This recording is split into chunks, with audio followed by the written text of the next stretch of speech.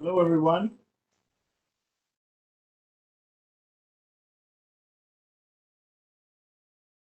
Good afternoon, Mr. Chair. Good afternoon, Joe. Good afternoon, sir. How's everybody doing? We're doing all right? Is everybody here and accounted for? We ready to roll? Sorry, I'm a little late. Had never a dull moment. Seems like it. It looks like I know Joanna's going to be very late, so we actually made an adjustment to the agenda, but I believe the rest of the work group members are here. Okay. Well, I know you, I'm not sure whether or not I have the adjustment. I know we talked about you making an adjustment. I don't know if I have the one in front of me, but go ahead and take it away in terms of the agenda. Okay. Yeah, so I'll call the meeting to order. That's easy enough. So the adjustment that's made is that Joanne Antoine is unavailable to make it. She may make towards the end of the meeting, it sounds like, but Emily has offered to step up and sort of give a substitute presentation in her absence. So that's really the only big change. But I know we do have a new member representing the League of Women Voters. So, Mr. Chair, I don't know if you wanted to give her an opportunity to introduce herself. Absolutely. Hi, I'm Phyllis Panopoulos, and I've done a lot of reading trying to catch up from the meeting that I missed at the beginning. I'm looking forward to working with everyone. Okay, well, I'd be happy to have you and appreciate your participation and your willingness to participate. And if you have any questions, just feel free to ask, and we'll do our best to answer. So don't be shy. Okay, Joel, so you want to give a summary of the presentation. Will take care of what? The summary of the past election? So the sort of slight change we're making is that Joanne sort of had a detailed write-up on some of the election history in Baltimore County. I think Emily is going to talk a little bit more about what sort of the decision points are and where how other counties have decided what they have, where they've set their certain levels, the amount and number of donors needed to qualify, and et cetera on down, as you see in the agenda here. And that when Joanne has a chance to come back next meeting, we'll sort of combine that insight with her research on Baltimore County to actually make some decision points. So the goal today is to sort of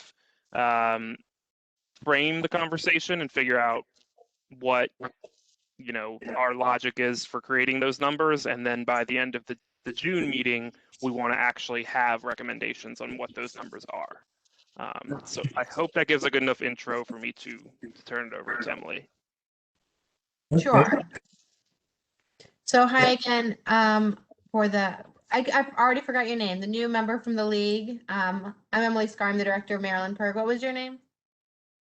Phyllis Panopoulos. Phyllis. Pronounced almost like Annapolis. Okay, nice to meet you. So yeah, any of us are happy to fill you in later if some of this feels confusing. But Joel asked me to walk a little bit through the different sort of decision points we have, which are actually laid out really well on the agenda, and some of the different criteria or things we've thought about in other councils as we've made suggestions for those parts of the policy. And then I can touch on some of the research that's already been done and some of the additional research I would recommend or the numbers to look at to help us inform those decisions. So there's a sort of a set of criteria that impact each of the decision points. So I'll just run through those. First is how much money we think a candidate needs for each office in order to be competitive. Not necessarily to outspend everyone, but to run a viable campaign. So that's why Joanne pulled numbers for how much people were raising and spending to run for county executive as well as for county council. And that really, it informs a lot of things, but most importantly, what is the amount of money we should be capping the public contribution to ensure candidates have access to the money they need to run a competitive. Obviously, one of the dynamics here is that for county council, and you'll see this in the data that Joanne pulled, it varies a lot, from one district to another. This was certainly the case in Baltimore City. And what is the right sweet spot to reach to make sure candidates in those more expensive races or places where there's more likely to be spent a lot of money can remain competitive without unnecessarily driving up costs in some of the districts that things don't cost as much money. Another factor to look at is what's possible for the amount of donors to be reached, and looking at the population size in the county as well as per district. So, Baltimore City, again, has a smaller population and 14 districts. So obviously any donation from Baltimore County residents is eligible for the match because we don't have a way to pierce it. It's too complicated to say just your county donations are matched. But I think it's still useful to know the size of the district and how many donations folks, isn't it the right expectation for people to be able to receive to qualify, and the number of donations we can see them raising in order to get those matching funds. One thing I'd caution here is to rely too heavily on the data of how many contributions people have raised in the past from Marylanders, because I think based on the way it's been incentivized in previous elections, that's not necessarily reflective of what they can do. In Montgomery County, for example, we saw immediately with the program candidates on average double the number of contributors they were finding. And that's one thing I know in attention, especially when we're talking to Baltimore City councils, there's a lot of fear of changing behavior and all of a sudden getting so many more donors than they had. Another thing to look at, in addition to population size, is just average income in the state. So this is a key factor in us figuring out what the average donation would be and what we can expect from fundraising. And the last two things I would say that we looked at, and I'll talk about how they impact each of the four criteria, is, are we meeting the intent of the law? And how would our decision on match levels or the qualifying threshold impact the law's ability to fulfill its purpose? And public perception plays into our decisions on our recommendations on some of the other criteria. So those are the sort of overarching dynamics. And there may be others that I would love to hear folks' thoughts on once we get into the discussion. So the first on qualifying requirements, the way that this has been set in other counties, and it's been pretty similar across the board for county exec and county council with a little variation. The things that this group will make recommendations for is the number of donors that someone has to reach in order to qualify and the amount of money they've raised. So I think I have my chart up here, and Joel, I know, has a chart for. Sure. Do you want me to pull it up on screen? Yeah, that might be helpful. I mean, if people are visual. Yeah. I think it's been 500 for county exec or mayor in every single county. They've set it at 500 qualifying contributions, raising $40,000. And for council level seats, it's varied a little bit. Montgomery and Howard both made it at 125 donations, totaling $10,000. And for Prince George's, they set it at 150, as well as Baltimore City. Prince George's made it $7,500, so less money, but more donors. And Baltimore City went even, similar direction, 150 donors, raising $5,000. And so this, I think one thing I would say is the way that most of the policies have gone is very tough. There's been some activists who are saying this is really, you should make it way lower. People should get into the system lower. But I think there's been an approach of caution to start the program to make it pretty tough for candidates to qualify. It's a conservative approach saying, we don't want to open the floodgates. This is costing our county money. Let's ensure that we're only funding viable candidates. I could see that being something if there's real interest in putting even more money into the program and going down at some point. Baltimore City's approach was interesting by raising the number of donors. It's still really hard work, but lowering the amount of money because of the income levels being lower in Baltimore City and saying the average donations lower. So that's just, the things to think about is how hard do we want it to be for a candidate to qualify? And we've also seen just like a massive interest at first, right? We had like 30 candidates want to use the program in Montgomery County. There's just a flood of interest. A lot of people who all of a sudden were inspired to run because Trump had just taken office. And a lot of them didn't qualify. And so that's what you'll sort of think about on that is like how easy do you want to open the doors to more candidates versus have people really do a lot of work before they start getting this money.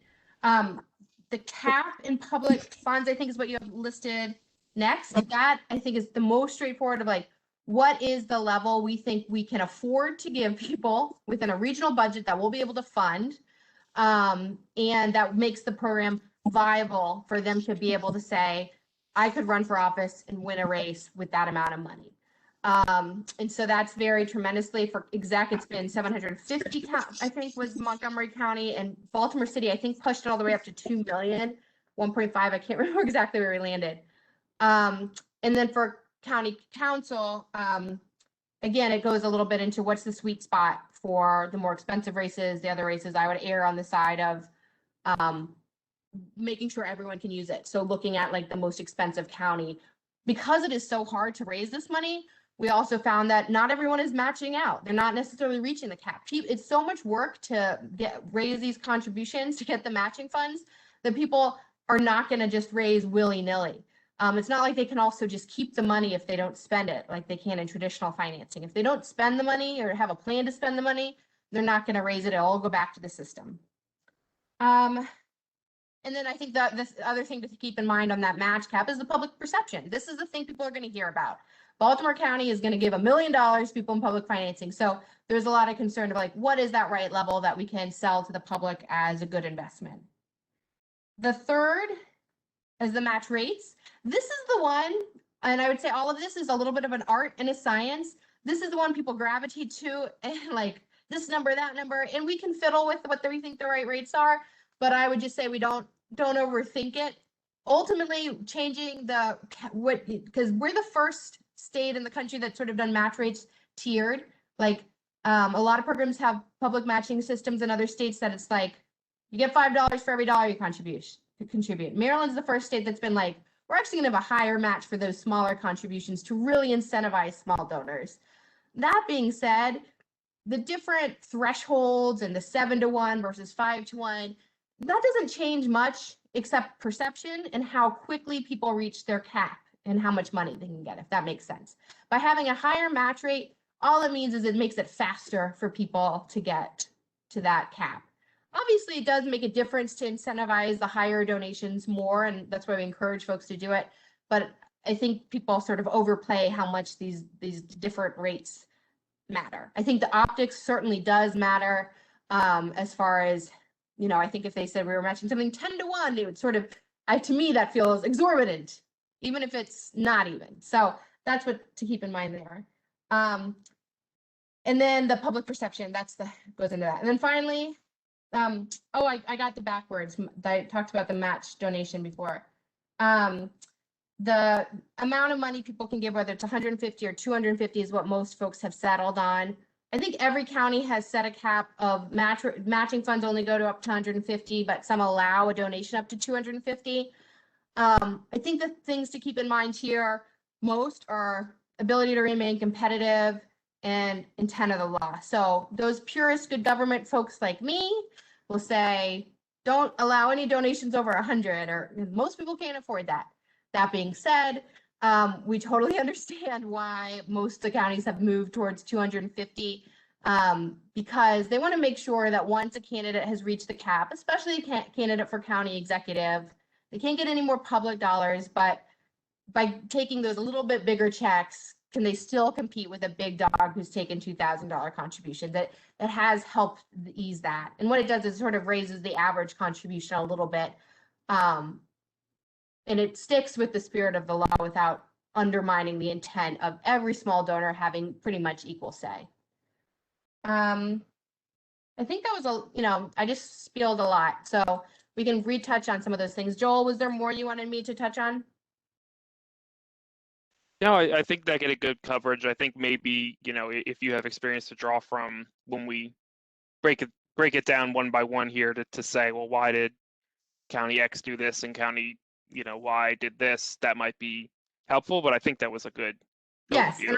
and unfortunately, I have intimate knowledge of each of those decisions, and I would say it's been a sort of conversation where sometimes there's been a different decision because of different dynamics, like in Prince George's and Baltimore City, which are the third and fourth places that did this. We made a concerted effort to adapt the program for the population, which was lower income and smaller districts. And then some of it is also just learning from what we've learned from the other counties after they've gone into effect and making recommendations of like, now this is actually the recommendation for everyone. So there's both of those dynamics. Do you also have a list of how much money each county has spent on the election? The only county that has actually run the program so far is Montgomery County. And they ended up spending, I have a full report we can share. They ended up spending like only 4.5 million. I say only four, they spent 4.5 million. And they had multiple candidates running for county exec using the program, and like 25 candidates were using it for at-large and county council seats. So in some ways it was a lot, but in other ways it was way, considering how robust it was used, it was not that much. We recommended them funding it at like $10 million because they have, you know, county exec, 3 at-large seats and 5 council seats, dealing with a lot more than you guys are dealing with in Baltimore County. How many of those people how many of those people that used the public funds were already elected officials? That I don't know off the top of my head. I know half of the candidates used it. All except I think one incumbent, or maybe 2, opted to it. Okay. And then we had folks win. The only place where they didn't actually win using the program was at large. Okay. Okay. If I'm remembering correctly. And I'll also say that, you know, our goal, our being the staff, at the end of this meeting will be to have a list of these type of questions to Yeah. come back with answers on by next meeting. So feel free to the whole work group to throw things out like that, and we'll take them all down and have those answers. It was really fun to talk to the county councilmen. There's some who were like skeptical and definitely like nervous when they started using it, since they were used to using the other system, and then seeing how they came around and liked shifting. And so I thought it was a real testament to see incumbents choose to opt into the program.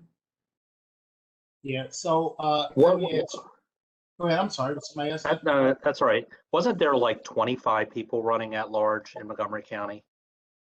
Yes, there Yeah. was a surge of candidates, and especially at large, which was, to me, you know, and people blamed public financing partly. I think it was the Trump effect as well. But to me, the thing that was odd was how many first-time candidates chose to run at large instead of in a district.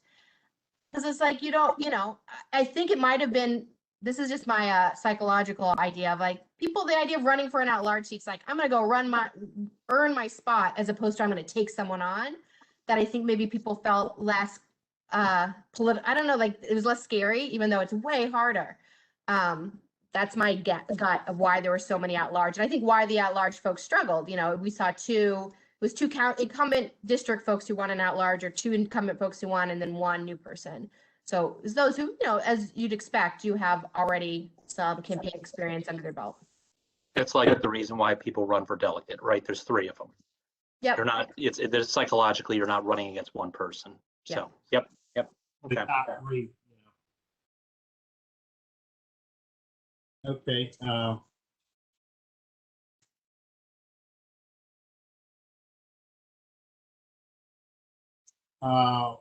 Okay. So let me ask you about the raising the money. With these other counties, how can you get a contribution? In other words, must it be a straight contribution, or can you give a fish fry and collect money? Can you give a picnic and charge people $35 to come in and then raise money? Some of those very specific details I might not remember exactly, but the general take is anything counts towards the cap. There might be some tiny adjustments to this they made after using the program, because we do want to, allow some in-kind contributions within reason. So originally the intent was you can accept in-kind contributions as long as they're maxed out at $250. So if someone wants to have a house party and they want to have some snacks, fine. There might have been some adjustments to maybe expand that a little to make sure it's reasonable in Montgomery County, and I can't remember what they've done. But similarly, like if you're going to charge tickets of $35, that would count towards that person's max contribution, whether it be $150 or $250. The other thing that we've done in other counties is the in-kind contributions aren't eligible for matching funds, is the way they've handled it in other places, nor do they count towards the actual qualifying for the program. Like you have to have that money in the bank, not just office space or t-shirts donated to count towards your qualifying. But you can still accept those as long as they're capped. Yeah, I guess for me, some of the things that people have said to me, and I'm trying to wrestle with it in my mind, that clearly I know that, from time to time you have events where people will get food, drinks, or what have you. It's a fundraiser, and people come and bring money. And then I had one guy who's a promoter, and that's his job is to give parties like every weekend. And he said, maybe I ought to run for office. All I have to do is call the ticket price a donation, and every weekend I'm getting hundreds of people to come into these clubs, and maybe I'll get the money. And I thought to myself, wow. I guess that's one way to game the system. I don't know. I wrestle like, where is the difference between having a fundraiser and everybody knows a fundraiser, and this guy who does parties at nightclubs or places every weekend? Of course, I don't know if he's been doing much lately, but Yeah. with this guy, like where do you separate the line? Do you separate the line? I don't know. Yeah, I mean, I think I don't know if that would necessarily be a problem. Like, I don't think it's easy, right? The same token right now, someone like, oh, $150,000. I've got $150,000, or I could raise that pretty easily. Why don't I run for office? So, if there's someone who can raise a bunch of small dollar donations and try to run, I don't think that'll guarantee them a win by any means, and I'm okay with that. If that starts happening, and it's just, I think people will pretty quickly. I know if there are places where it seems like there have been abuses, or or if the council thinks it's not proper use of public funds, there can certainly be responses. This is always a living document. I know in Connecticut, for example, they've had a series of administrative adjustments to all of these things, these in-kind contributions, to make sure how, what's acceptable, what's not. We may need to do that down the road, but generally speaking. Others' thoughts on it as Yeah. I wrestle with it in my own mind. I'm just thinking I certainly understand why people have fundraisers and people give money. You just wonder, when this guy said it to me, it just made me think for a minute. Could it be that 90% of the people who show up for the party or dance or whatever he's given is not really, they're not there to support a candidate. They're there to have a good time because that's what he does. Totally. Well, will they vote for him is the question. Well, I don't think any of, that's a different story. I understand that. We all have our views on who people want to vote for, who they're not going to vote for. I personally think, incumbents have an advantage, not so much about the money, but it is as much about, number one, people have already voted for them. And number two, they have the benefit of doing things in office that make people continue to know them. So the money is important, but the money's not everything. That's and one thing that's been pretty clear in other places, and we think is clear in Maryland, we don't expect this to help or hurt incumbents. I think it's better for incumbents, and I think it's better for public to have, incumbents who have run using this program. I think it'll be better for the county, but we don't expect this to level the playing field for non-incumbents entirely, or make it harder for incumbents to win, or easier. I think so that's one thing to keep in mind. People often expect it to impact incumbency, and it just doesn't. Yeah, it's not going to like I said, because the incumbents have a lot of other things going for them. Main thing is people already voted for. There's people in my district that's been in office for over 20 years, and I guarantee you, like Pavlov's dogs, people will walk in there and vote for that person, won't even think twice about who they're voting for. They've done it 5, 6 times already. There are people doing it. But go ahead. I see we have Phyllis had a question. I do. This is Phyllis. This is not mandatory, is it? It's voluntary? Okay, Yeah. That's it. Just wondering. So I did have a question about, I was looking at the numbers that some of these numbers look foreign to me. The numbers, and so I looked at my name and I was trying to figure it out. Really sort of kind of confused about it. Looking at David Marks and looking at these numbers, and I'm not trying to see how much money did they spend. Do we see how much they spent? Do we ever get there? Yeah, I think it's in the spreadsheet. There are Right. tabs for 2018, 2014, and it shows both the expenditures and income.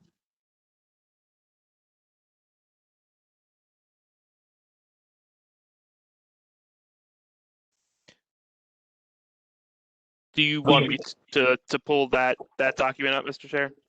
No, I'm looking at it right now. I'm just trying to. I'm a little. Guess I'm a little confused. You say it's 2018 and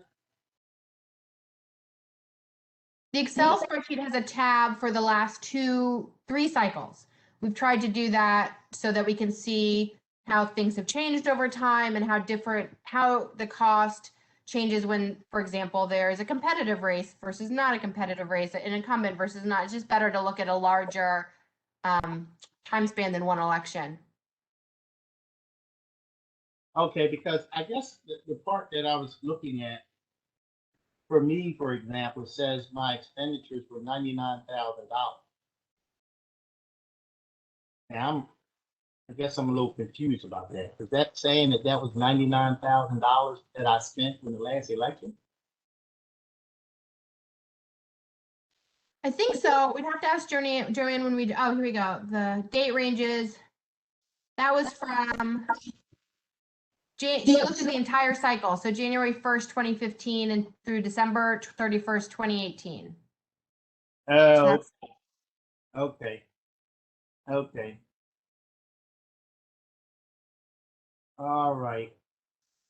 So maybe it was a lot more if it included 2019. No, the election was 2018. No, actually, I was just looking at it. It slapped me in the face when I looked at it because I thought that doesn't make a lot of sense. There's no way I spent that kind of money for my reelection.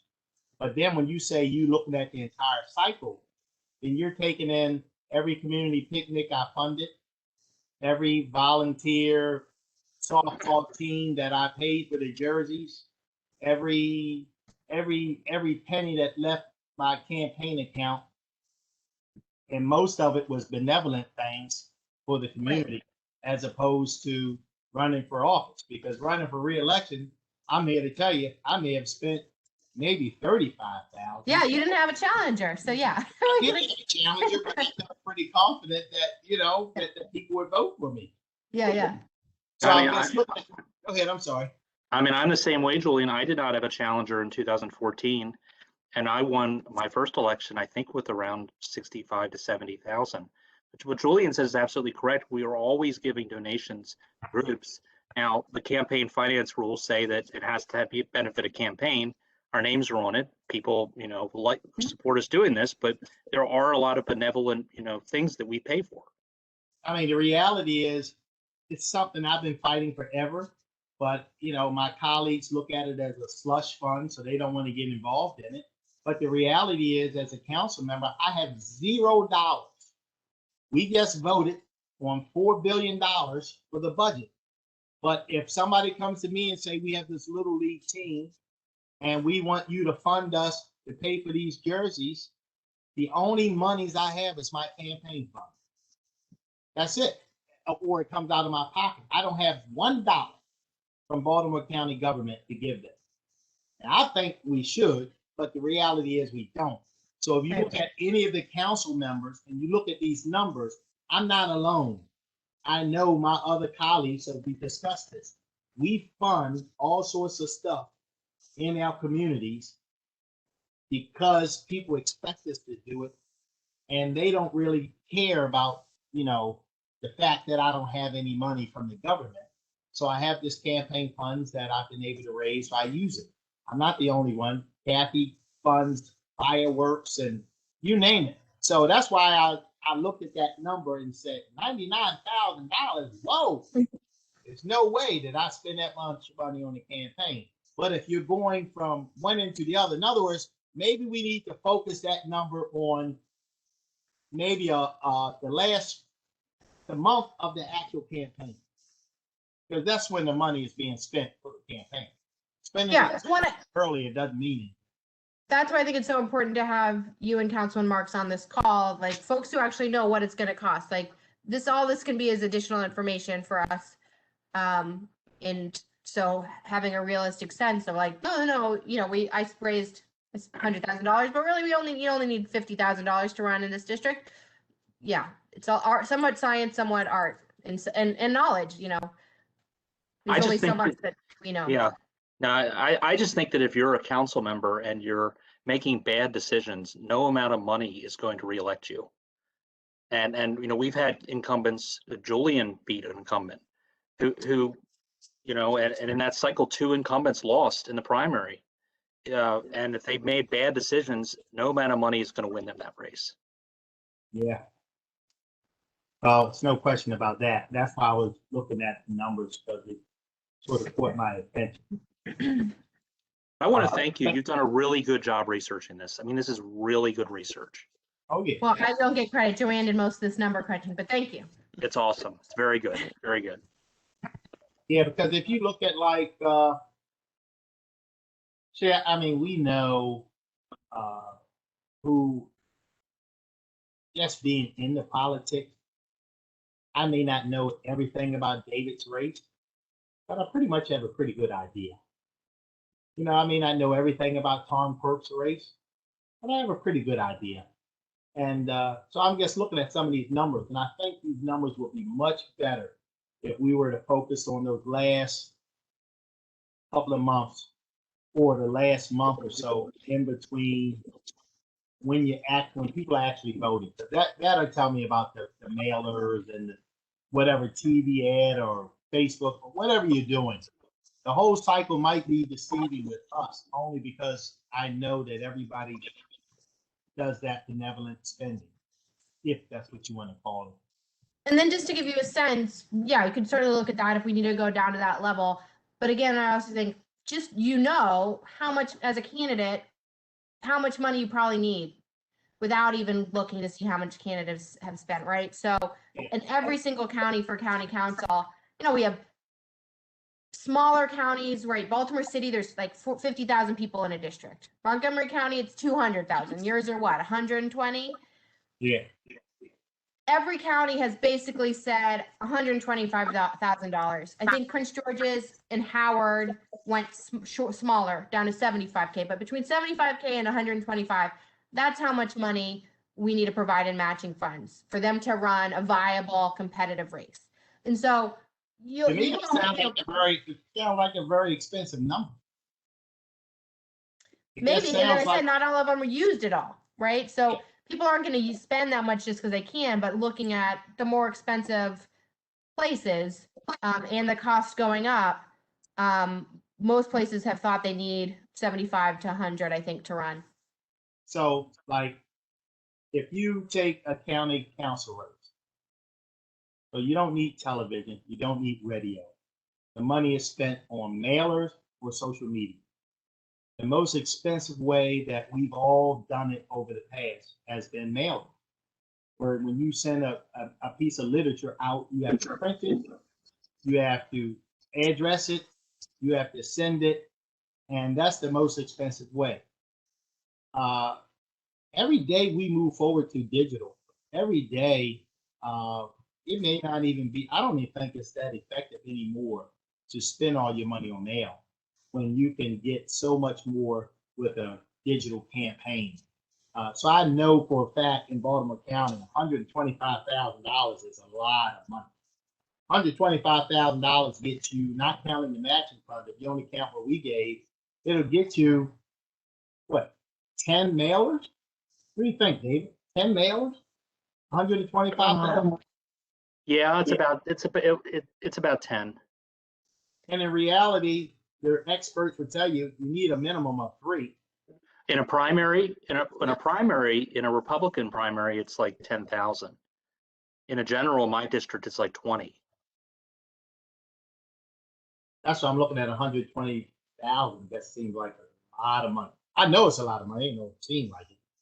I don't know what it costs in Montgomery County. Yeah, I think that's right for mail. I think the other thing we see people spending money on, I don't know if, more, I think no one should spend any money on mailers, right? A little bit of mailers. I think some people spend more money than I think they should on consultants, right, to help them. Yeah. Or, campaign staff. I think you think if people are moving to grassroots, what are the stuff that maybe you got donated that in the past that now you're going to fund yourself? Maybe you're going to spend more money on your own food and beverage for a party. More money on t-shirts and lawn signs. I think, I know there's a lot of people hate lawn signs, but I think there are other things that once people shift to a more grassroots campaign, the money, how they spend their money might shift too. But that's a good question. We should look at Montgomery County and talk to some of the candidates about how they changed and where they spent money. Because I'll tell you another thing that I do. This is all on the benevolent piece. Even though, like last election, I didn't really have no real competition. But I'm just the type of person that when I see kids that want to volunteer for me, and they stand out there for hours on end, and I appreciate it, but I just feel compelled to pay them. Just because I feel like, hey, if you're going to work all day and I'm going to spend all my money on mail, the least I can do is cut out some mail and give it to you. Just because. But anyway, we'll work through all of those things. This is some good information, like David said. It is good to think about it too. It's really good. And what I'll do, we'll continue to research it, I guess. I'll come up, Joel, I think you had a couple of questions I asked about the total amount. I think you said 4.5 million. That'll be interesting to see because that's the only one we have so far. And the recommendations in most counties have been, let's see. Howard County is getting theirs ready, and I think their whole program was expected to cost $3 million for them to allocate. Because they only have 5. They're similar to you. They have 5 council seats and 1 exec. Prince George's doesn't go into effect for a while. Baltimore City, we've recommended they put 2 to 2.5 million a year because the mayor, we've got mayor, council president, and comptroller. That's where most of the money goes, is the top level seats. So we want to over budget. So they were thinking like $8 million for the 4 year. I think Baltimore County will end up, under 5. so, Obviously, all these things we decide on match caps are what really drives the overall cost of the program. So Joel, how do we get to the voluntary part? Is this something we work with the controller? How do we get to the voluntary contributions from the citizens? We want to participate. I was under the impression that was something that we would do on tax return. Yes. So actually, I do think that Mr. Blades has offered to come in at a later meeting to talk about that piece, because obviously that is a very important part of that. And I think that also Jared DeMarinis, who handles a lot of the State Board of Elections, has also offered his time. So I was thinking, that the two of them possibly together or at some point at a later meeting might be good presenters to talk about those pieces of interaction with the public. Okay. And Jared can answer all your questions about in kind and how to do this and how to do that I don't retain as well. Yeah. Okay. I did want to mention, I don't know if you can see it on screen, Mr. Chair, but Samay does have the hand raised on the WebEx I feature. cannot see the name, but go ahead, the name. Hey, thank you, Councilman. I guess this question for Emily. It's with the slide that's up, going to the qualification standards real quick. I remember in the initial briefing we got, it said that that the candidate and the spouse are still allowed to donate up to the max of whatever is allowed for them. To be clear, though, that will not count towards their qualification threshold, correct? Correct. And that's something, this group can make a recommendation on at all. I think some counties have said candidate and their spouse and adult children. There's been some push to say, why is any of that allowed? But in no place have they allowed that. That doesn't count towards qualifying, no.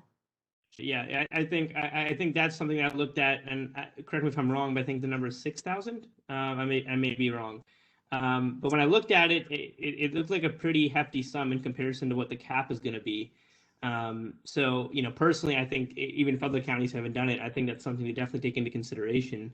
Do we lower that threshold of what spouse and candidate are allowed to donate themselves? I mean, I think it's kind of the antithesis of what we're doing if we're going to allow folks to sort of self-fund, a tenth of their campaign. But just something I just thought and wanted to put out there.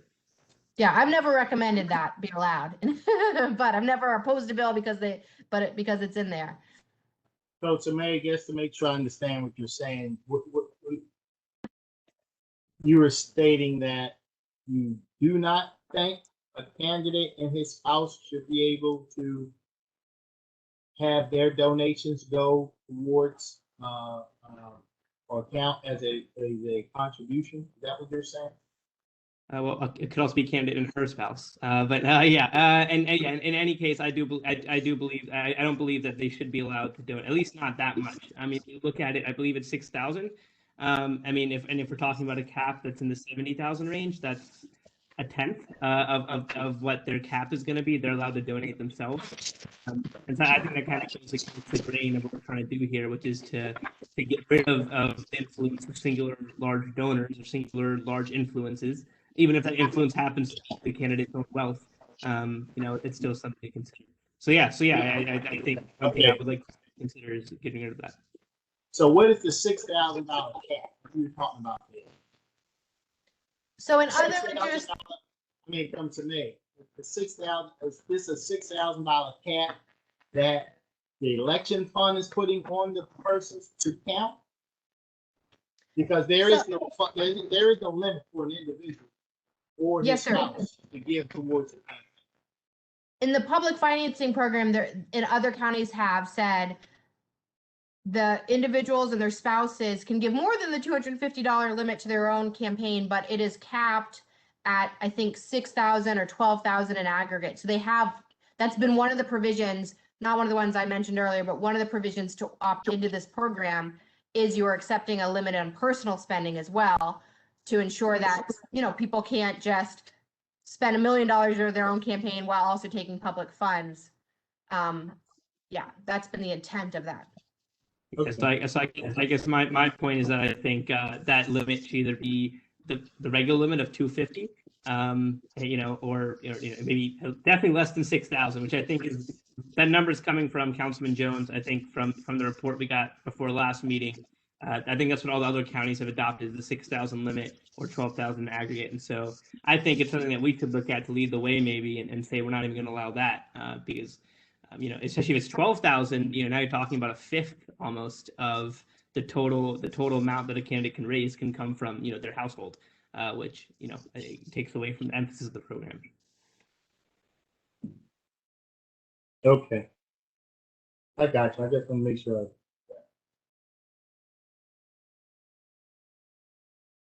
I'm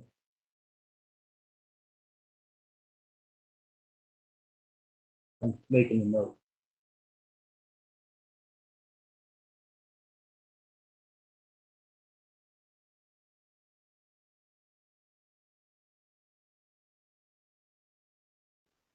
Okay. So, Mr.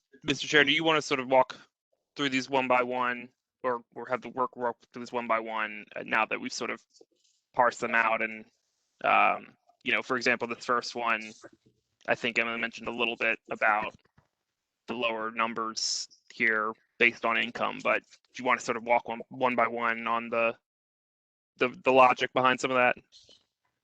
You mean the one by one in jurisdictions or the one by one? Or each sort of set of numbers, or the easiest way to say it is this one, this one, this one, and this one is when I say one by one. So like qualifying contributions, Right. if folks have any questions or opinions on things that the county should take into consideration as we make recommendations for what the qualifying threshold should be for county executive and council members. Okay. Go ahead. Let's hear. Let's break it down. Hear what people think. Got a feeling people are holding back.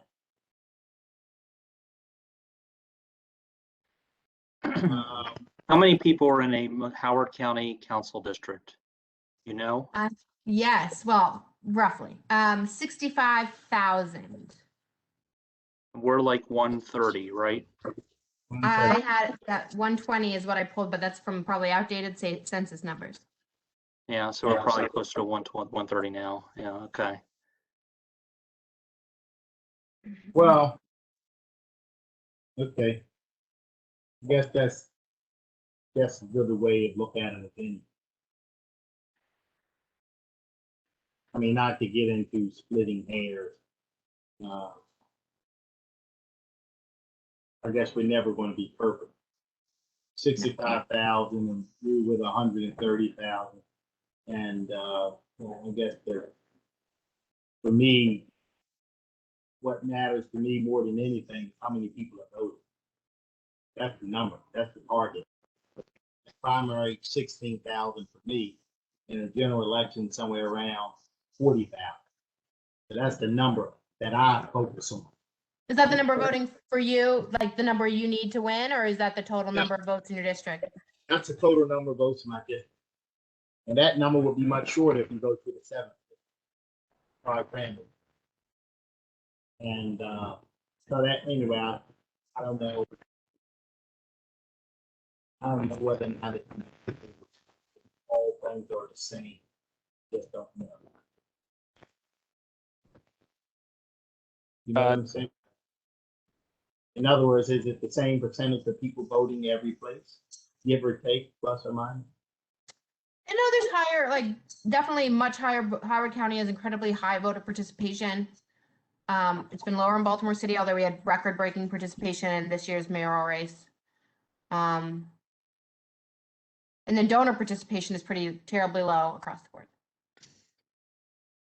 I mean, I think one thing looking at these numbers, I don't see any, unless there's a compelling reason, I think we should gut check them, but the county executive numbers have remained consistent across every single county, regardless of population size and other things, just because the actual cost to run is pretty similar. And so those thresholds make sense to me. I think there's something nice about having consistency across the counties.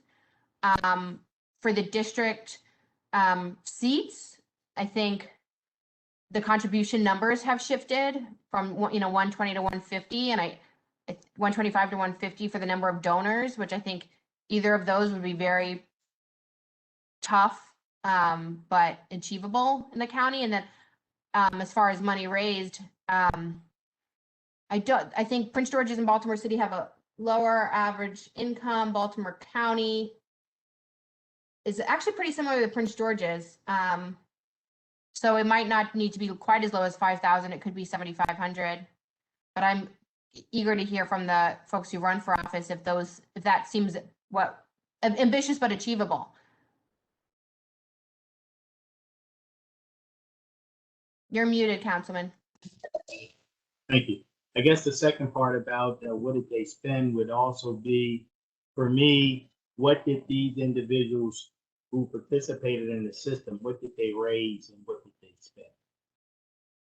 You see, one of the fears I have about the system, I don't want it to turn into an arms race. like for me, $120,000 is like way, I mean, that's what you would spend if you were like really, really had a ton of money, and $125,000 for a council race is an awful lot of money.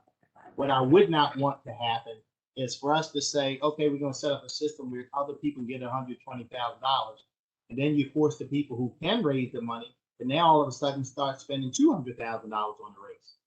Right. Or then it's like, what did we do? We just started off an arms race and made the elections more expensive and not less. The only Totally. difference is we injected a lot of money from the city. But then what about that makes sense, and I think we should talk about what's the appropriate cap for county council races, but for qualifying for the program, to like demonstrate that you are a candidate who has real grassroots support and is gonna run a viable campaign, what do you think of these thresholds that have been used in the other counties of the 150 different donations from Baltimore County residents, or 100 different donations, and raising $75,000 to $10,000 as a viability?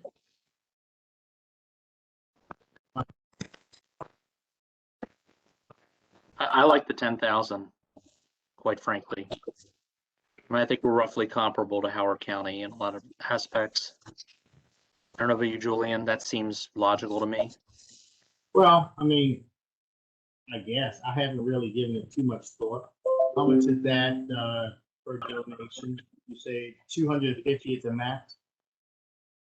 We haven't set that yet. That's another 100 or 250. Some of the others. The other place, right? It was 150 in Montgomery County when they ran. They changed it. Howard County's 250 and the rest are 150. Emily, real quick, I have a question. Yeah. What is the date by which they have to prove viability? Because I mean, depending on that, I think if it's earlier or later, that gives you a better sense of how high the threshold should be. So I think it's April for the primary. Was that? I think it was April for the June primary, but I don't remember off the top of my head. But in the other jurisdictions, does it, to spin off of what Samega said, is it the entire election cycle? Yes. Okay. This is something that I think there's been discussion of, like when we would let people opt in, and Jared would talk better about how they've enabled that. I think folks can start collecting qualifying contributions. There was a story about a Montgomery County candidate today who's doing her fundraising for the 22 election, but I don't remember. It's similar dynamic, right? Where they don't want to push the elections longer. They don't want to make it a 4-year campaign, but since traditional candidates can be campaigning for 4 years, what's the balance there? So do with think Montgomery County, go ahead, Samantha. I was just quickly on that exact point that Emily said about April. I think April is a bit late. I'm talking about a June primary, and I think in Baltimore County, a lot of these seats, the primary is the sort of the election, if you will. It's the one that's the competitive one. So I think maybe in the county, something that we look at is maybe pushing back that date to something earlier in the year, just because you gotta be ready. Candidates are getting it. So that's the deadline. Candidates can get matching funds as soon as they qualify. Yeah, but I guess my point is that if they haven't reached that point by April, I think there's funding them past that, like on April 2nd or whatever that day after the deadline is. It's too late for them to be a super viable candidate if they've only raised that much that late in what is the competitive part of the race. Hopefully that makes sense. Yeah, we should put this down before we have too much of a discussion. We should put it down on the list to figure out what it actually has been done in other counties, and what was within the jurisdiction to set and dictate by law. I'm sure we could easily pull that for the other places. I'm writing it down, but I guess to your point, you think that you think it should be later towards June, closer to June, the primary? No, I think it should be earlier in the year. That way, candidates are proving their viability earlier on. Considering that the June primary is what typically is the competitive election in a lot of the districts. I think viability can be proven earlier than in these other jurisdictions. I think the general election may also be competitive, so you don't have to prove viability as early on. But for us, I think that's something we consider is having to prove viability at the latest a little earlier in the year. Okay. Take into account weather is the other thing. It's hard to knock on doors all winter, but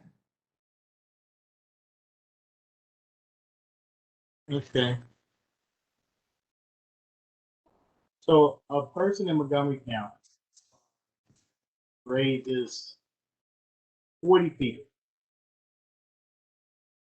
He gets 40 people to give him $250, and he has $10,000. That gets him in the system. Then what?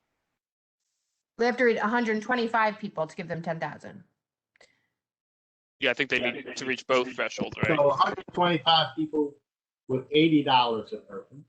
Exactly. Average contribution of $80. So now what? Then they receive matching funds, and we can shift to the next slide if we want, if there's no other thoughts. This is the match levels. And again, I'd say two things here. The rates are based on how quickly and how many donors someone will have to reach in order to reach their cap. The higher the match levels, it's just more likely candidates will get 100% of those matching funds. Whereas we actually found in Montgomery County, even the county executive candidates didn't take the full $750,000 they were eligible for. So having a higher match rate means that they spend more public money generally. And then the higher rate for the lower contributions just probably drives the average donation down a little bit, which is a good thing, I think. So that's what I can understand, because I'm a little confused right now. So they raised the $10,000, and now they're eligible for matching funds. Then we go back to the $10,000 that they have already. Yeah, they've submitted that. They've submitted all their paperwork, which has every single donor and how much in aggregate that donor gave. That donor would not have given more than $150 is how the cap was in Montgomery County. So if someone gave, for each donation, if someone gave a $60 donation, the first $50 of it would be matched 4 to 1. It would become a $200 donation. And then the final 10 would have been matched 3 to 1. They would have gotten $30 for it. So they would have gotten a $230 match for that $60 contribution. So they get a big lump sum of money at the beginning for turning in their qualifying contributions. And then after that, as they continue to raise small donor donations, they would turn them in for additional matching funds to the county. So the first 10,000 will get them $4 for every $1 they collected. It's dependent on the size of the donation. So if So let's say they just max out on the system. They know what they're doing. They have zero waste. They have 80 people to give them, Got it. 125 people to give them $80. They have $10,000. The 10,000 turns into 40 or 50. yeah. So I have to do the math off the top of my head. So 150, 100. So a $150 donation turns into a $550 donation. 100 of the money they got from the donor and 450 in matching funds. So if they had, a $600 donation, they have $150 in their hand that they collected and they get a $450 match. So if they had 80 of those, which is unlikely but possible, they would receive $36,000. Okay. So they'd have $46,000. Okay. And they're pretty good. And that's what we found is, candidates continue to raise money, but they don't necessarily max out because it's a lot of work. And they won't raise more money than they need because there's no incentive to keep it. They can't keep it. They're not going to necessarily even raise it to spend it because it's not easy. So when do we get to the $3 for the second 50 in Montgomery County? We already did that. So I just did that math. So you said their average contribution is $150. So I thought in my head, the first $50 was matched at 4-1. So that was a $200 match. The second 50 of that $150 contribution was matched 3-1. So they got another 150. And that final $50 they got from every donor became 100. So I added 200 plus 150 plus 100 equals 450. Okay, yeah. Okay, so I understand what you did, and I understand that. That's an individual donation. I was just thinking of if somebody max out the system, strategically say, I want 125 donors at $80 a donation, gets me to $10,000, no waste at all. Now what? Well, we haven't maxed it out yet. That's our next decision is what's the max. So at this point, we're saying they can keep raising $150 or less from as many people as they want until they reach this cap, and we get to decide what that cap is. The way the policy works is once you reach that cap, you can't get any more matching, but you can keep raising small dollar donations. So most places it's been between $75,000 and $125,000. So as we just said, that person got 36,000. So if it was 75,000, that means they have another 40,000 they could receive if they raised enough small dollar donations to get it. Okay. I understand. But at that point, it sort of comes in like every other week when they're submitting new fundraising data, as opposed to they have to hit another 10,000 or whatever to get more money. It's ongoing at that point. Got it.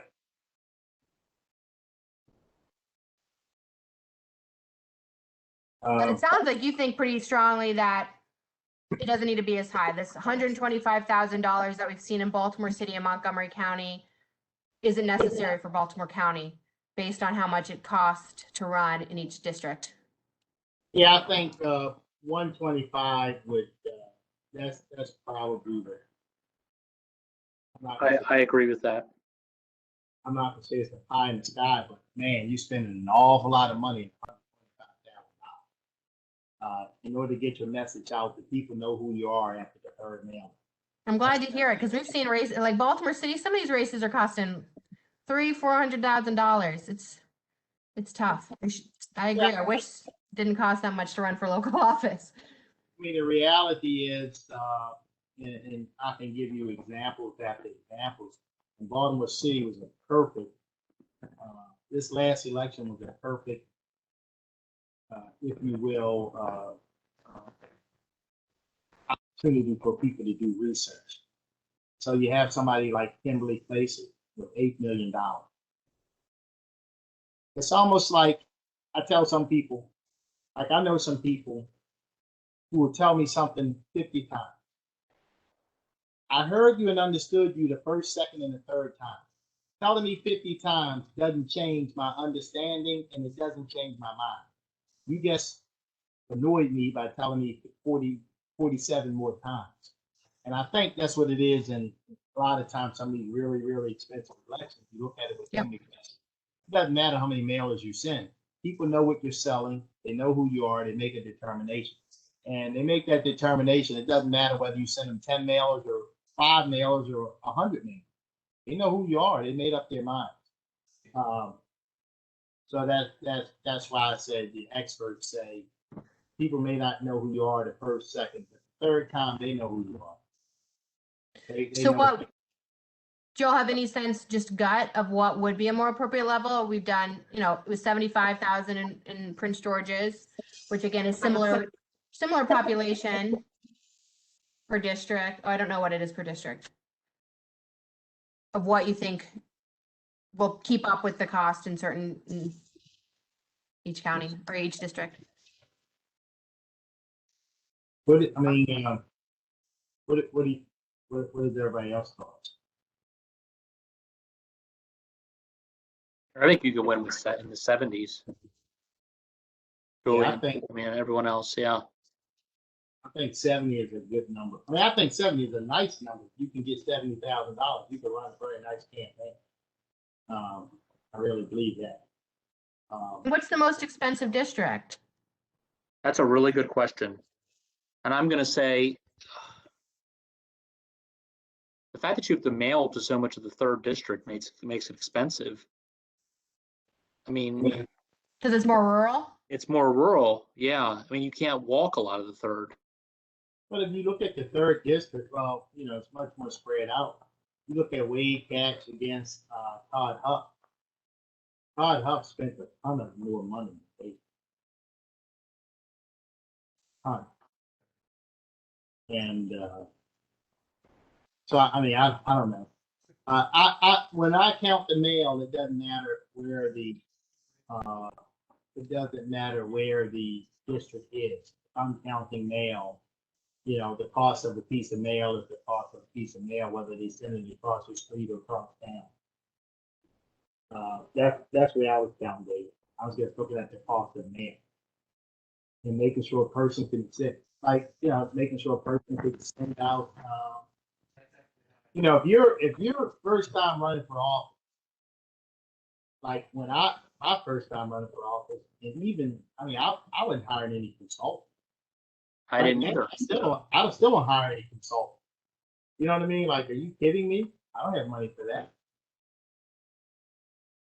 Good, because I feel like those consultants give people bad advice. Ugh. I personally, in order to make every penny count, I never even bought land. I didn't buy a land. I went to the board of elections and got the information, the raw data. Oh, wow. Pulled out my super voters and who I knew, and that was that. Yeah. For $50 or $100. Yeah. And $6,000 for that. Still haven't done it. I totally share your concern of wanting to make sure the level isn't one that's going to drive up the cost. I would just think the balance out to that is, I think I've said, I hope I'm not belaboring it, is we have found just because that's what people could get, they're not generally going to take money just because it's on the table, because it is so much hard work. So the sweet spot is figuring out what's the level that candidates will think, oh, this is viable, instead of like, oh, there's only $70,000, you know, only $50,000. I'll get outspent and I'll get destroyed. I can't do it. And figuring out what that is, and being, you know, we can always, this is something that needs to be revisited pretty much every election cycle, but, you know, looking a little bit ahead to make sure that the program is enticing, as well as publicly doesn't seem like we're wasting funds. But I would just say, compared to the amount of money we're given for the exec race, $5,000 or $10,000 either way doesn't make a huge difference on the county budget ultimately. I'm going to stick with the third being the most. Tax people. I'm just teasing. Go ahead. Yeah. I'm going to stick with the third being most expensive just because of the rural. And also, if you look at the election statistics, it is becoming more competitive. Now, who knows what the districts are going to look like, but I think it is the most expensive. The third district? I think it is. If you look at, and it's becoming more competitive. So much less spent in there compared to the other districts. Yeah. You can District walk the 6 other is where they're districts. spending the most money. 260 and 185 spent in District 6. Mhm. Like, what a District 6 person, I don't know what that money means. I don't know if it's because they were paying for baseball shirts or just sending 10 mailings when they only needed 3. If we put out $70,000, would District 6 be like, that's not going to work for our district? I think District 6 is the most partisanly competitive. So I know that in 18 there was a competitive Republican primary as well as a competitive general election. So that's probably why the most is spent there, for whatever that's worth. I agree with you, Joel. And that's a good thing to keep in mind, is the way every county has done this is there's a separate bunch of money for each election, which I think helps balance that out. Because if there's a really competitive general, more people will use more of the money, and then our primary, and then if the general is not competitive, most of those, if it's like a solidly Dem or Republican district, they won't tap the funds much at all for the general. But a district like this, $70,000 for the general and the primary, it'll actually end up being 140, and they're more likely to use both rounds. Well, if you want to know the reality, I'm gonna give you the red pill or the blue pill. I'm gonna give you the reality. Reality is when you're in this business, sometimes you make decisions and you piss off some very expensive people, very wealthy people. And those wealthy people turn around and then fund somebody to get rid of it. But time and time again, we realize that people know who represent them well, and just because a billionaire throws an awful lot of money at a candidate because you pissed him or her off, these people, the elected officials still survive. Yeah. Time and time again, they still More survive. and more so. I'd say we used to do research on this. We would do a national report that 9 out of 10 times the candidate who raised the most money won. That's changing, I think, because people are more conscious of this stuff.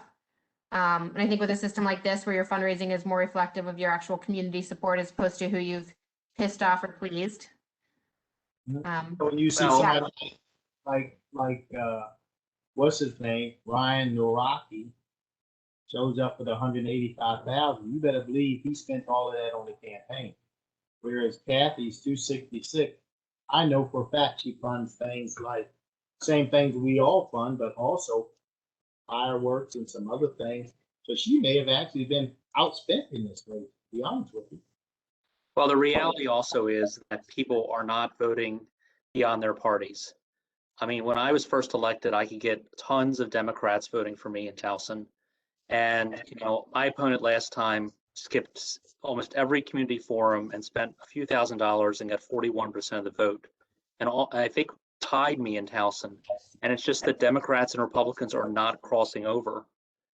So I mean, that's also changed. That's what's changed also since 2010.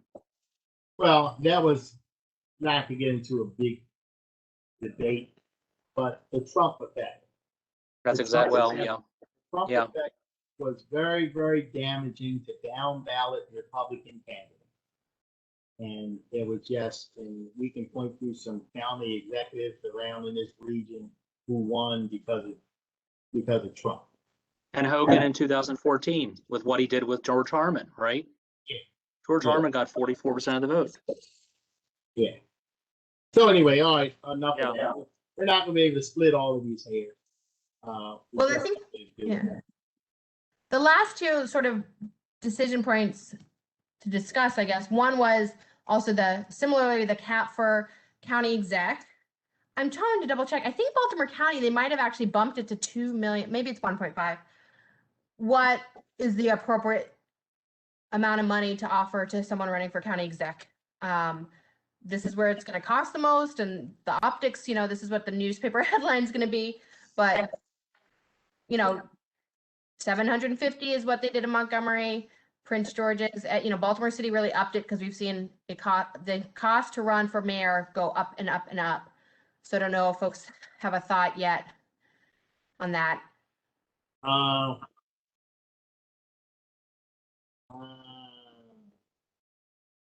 mean, I'd just say that I don't see any reason why it should cost more to run for county exec in Baltimore County than especially Montgomery County. We talked about how these numbers often reflect the socioeconomics of the counties.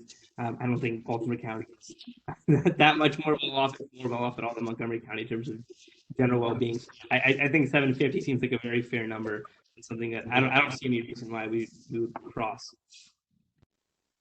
Yeah, I whatever the number is, I mean, I'm willing. I guess we all can talk about and debate it, but it's certainly 750 is like the max. I think it probably should be a little less, only because when I think about the cost of county executives and think about what people end up spending, and I think about what it costs to get the message out, right? And what people have spent in the past. And like I said, I really believe in my heart that we're dealing with yesterday's reality. Today's reality is totally different. You can run I was just talking to somebody the other day. We were talking about this, not this, but we've been talking about the cost of a TV commercial, whereas you're much better off putting it on social media. Because you put it on social media, number one, you can target it. Number two, you can look at how many people like it versus dislike it. On television, you put it out there, you have no feedback. You just hope it works. But on social media, and I think you're going to see more and more social media, which is a much better bargain. For, you know what I mean? It's just a better bargain in terms of pinpointing who you want it to go to and what it costs. So these races are all going to really become less expensive in order to win. That's what I And the last sort of point of debate is the contribution cap, I think, Joel. So it varies. Yeah, Montgomery County just upped theirs. Every single county only provides matching funds for donations of $150 and below. But everyone but Baltimore City has said, but you can give another $100. It's just not going to get matched. So this is the other place where we'll need to make a recommendation. I think the argument, which I kind of already know where Sime is going to come down on this, but the argument for the higher one is because you do reach a cap on the amount of public funds you can get, and this enables you to still raise money and remain competitive with a traditionally funded candidate. I think is the basic argument. Or if you're reaching small dollar donors, those folks who can give a little bit more, help out a little bit more, I guess. I think this is probably the smallest of the 4 decision points. And one, I think some of these things we have opinions on, and ultimately the county council members will have opinions on too, but that's the last one, I think, a point of discussion for today, if people have opinions or questions.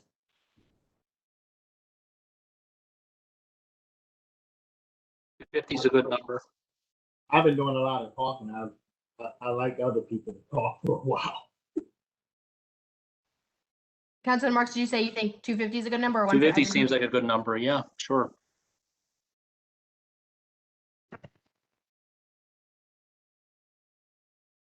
Why did Baltimore City only agree to 150? The spirit of the law, right? So the spirit of the law is we want to ensure every Baltimore City resident has equal say, and most Baltimoreans can't afford to give $250. So by, having a lower cap, that meant we're really spending all of our time focusing on small donors. It's somewhat optics. It'll drive the average donation down lower too, as opposed to gearing candidates to reach out to 200 people who can give $250. Maybe a little bit of an oversimplification. And I think the cap was pretty generous for the matching funds are generous for county exec and council. So maybe there's a little bit less concern too that they're going to be outspent. My children just got home. I apologize. They're loud. Ah, there they are.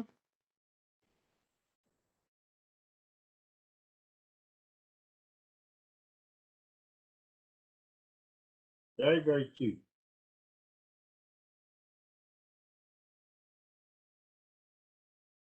All right, so let me see. Let me look at my. Can't see everybody because we're sharing the screen. So I just want to make sure we have everybody. Everybody have an opportunity to say something. I didn't hear from you, Mr. Eric Washington. Haven't heard from you all day. No wonder you're muted.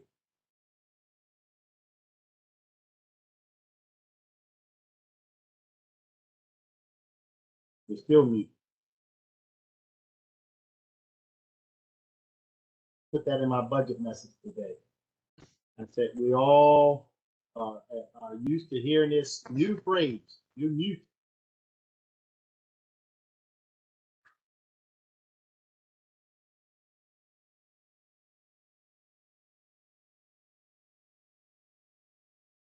I don't want to make you talk, Eric. I think you might be having some technical difficulties.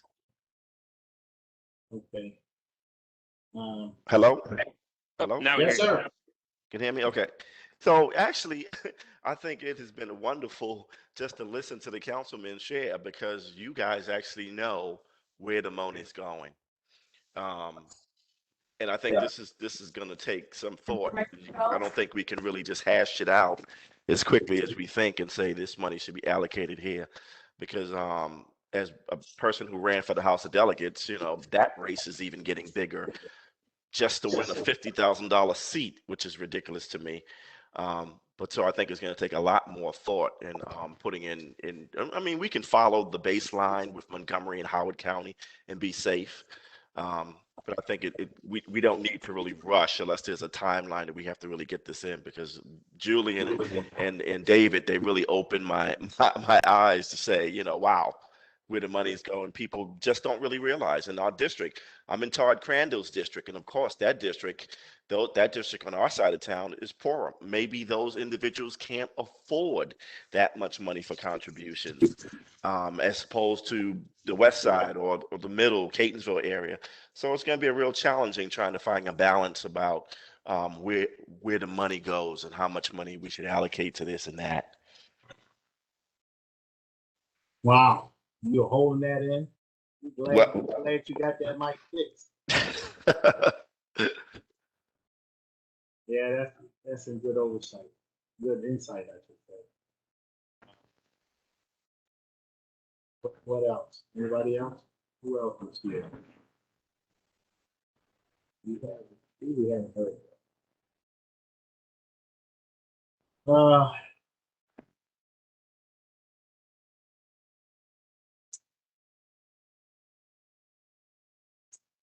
Well, Joel, what do you think? I think we're sort of ending here on a pretty perfect timeline, since we have 5 minutes scheduled left. I just have a few housekeeping things that might be worth saying, since I think we have some things that we took away here to find some information to bring to the group. But I would that is by no means closed. I would say if folks think of other things of, oh, what are the salaries in this county, or what other data points do you think would be helpful to have on hand for the next meeting, we encourage you to email myself and Josh and Jessica, so that we can find those things out as soon as possible for you. So that's number one. I think number two is about upcoming meetings. Are you okay with the last Thursday of the month again in June? Yeah, let's look at that. Let's Okay. everybody check their calendars and see if they're okay. Because one of the things I guess I was listening, but maybe I wasn't paying too much attention. I think Sine said it best. In some of these races, like mine, the only thing mattered was the primary. Right. And other races, like Kathy, the general election is very, very important. Like you look at Kathy, look at me. I had a primary challenger. Kathy had none. Kathy spent all the money in the general election. I spent zero in the general election. I didn't have an opponent in the general. Because around here, when you're 3-1 Democrat versus Republican, there is no Republican challenger. Right. So anyway, this is some complicated stuff. Very complicated. And I think Emily alluded to this before, but I think that's why we've seen in other places that they have that sort of the reset button. If you use the system and you win the primary, then you get to, if you've hit your cap, then you get to start collecting again if you make it to the general, because we know that those are sort of two separate things. Yeah. So is everybody good with Thursday, June 24th? Yes.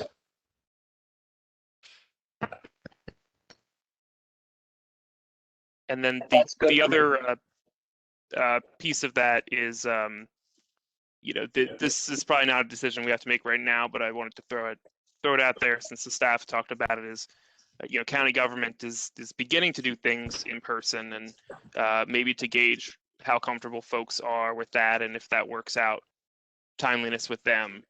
So if it works for you, Mr. Chair, maybe we'll follow up with you on that, and then email folks around if we think that's realistic for June, or if maybe July is more realistic, and what we'd have to do to make that happen. But I at least wanted to open that that door, since it seems like things are, fingers crossed, getting back to normal around here. I can tell you, I don't think we're losing anything by doing it online. Now, I guess left Towson today, as did Jessica and Joel, and you're probably already there, so it clearly wouldn't be an issue to us. But just thinking about Emily, I mean, I love seeing your kids running around, and I don't think you can do that if you were in Towson. So that was, to have to drive there. Yeah. What am I saying? That stays Easy for me. I live like a block away from Towson. Joanne's farther away. I'm now fully vaxxed and I can do in-person work with approval, so I'd be happy to come. My children do come home from daycare at 4:15, which is always loud and exciting. So, Well, let's just stick for virtual for now, and then we can reassess after the next June. Somebody. Yes, because of I don't think we're losing anything by doing it online. Are we- Anybody think there'll be some value in all of our coming together? Sure we are. I don't think we'll know how blue your tie is unless we see you in person. It's blue. Are we keeping the same time? I personally would appreciate if we could push it back, because I'm starting a job. But I understand too if this time works for everyone. Well, what time works for you? Well, I'm assuming anytime after 5 would be great. You say after 5? Yes, after 5. The evening would be great if possible. I can't do after 6. Just throwing that out there. Okay, let me see here.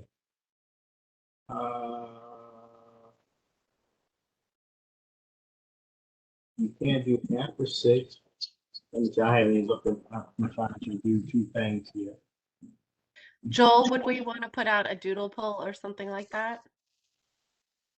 Yeah, that may work if we can't figure it out right at this moment, and it may be somewhere in between the proposed time and later might make the most sense. So yeah, why don't, Mr. Chair, we could just talk offline about the best way to poll the whole group and something like that. Okay, that works. That works. Yeah, 'Cause yeah, I mean, listen, I'm free. I think on April the 24th. I think I have some things on there. In the morning, I have a meeting with the community association at 7 o'clock. But in between there, I was okay. So that sounds good. We'll poll the group and see what works. Okay, Joel, you'll poll the group and see what works. Yep. Yeah. Absolutely. Anything else? I guess that's it for now. Guess when we send the poll out, Joel, remind me to talk so maybe we'll send some more information in addition to just the time to get people's feelings on some other things. I know we touched everybody, but I'm always want to make sure everybody had an opportunity to participate and make their voices heard. Sounds good. All right. Thank you. Well, everybody have a great weekend. Enjoy yourself. Be safe, and really, really appreciate your participation. Thank you very much. Take care. Have a good holiday Everyone. weekend. Thank you. Take care. Enjoy the cicadas. All right.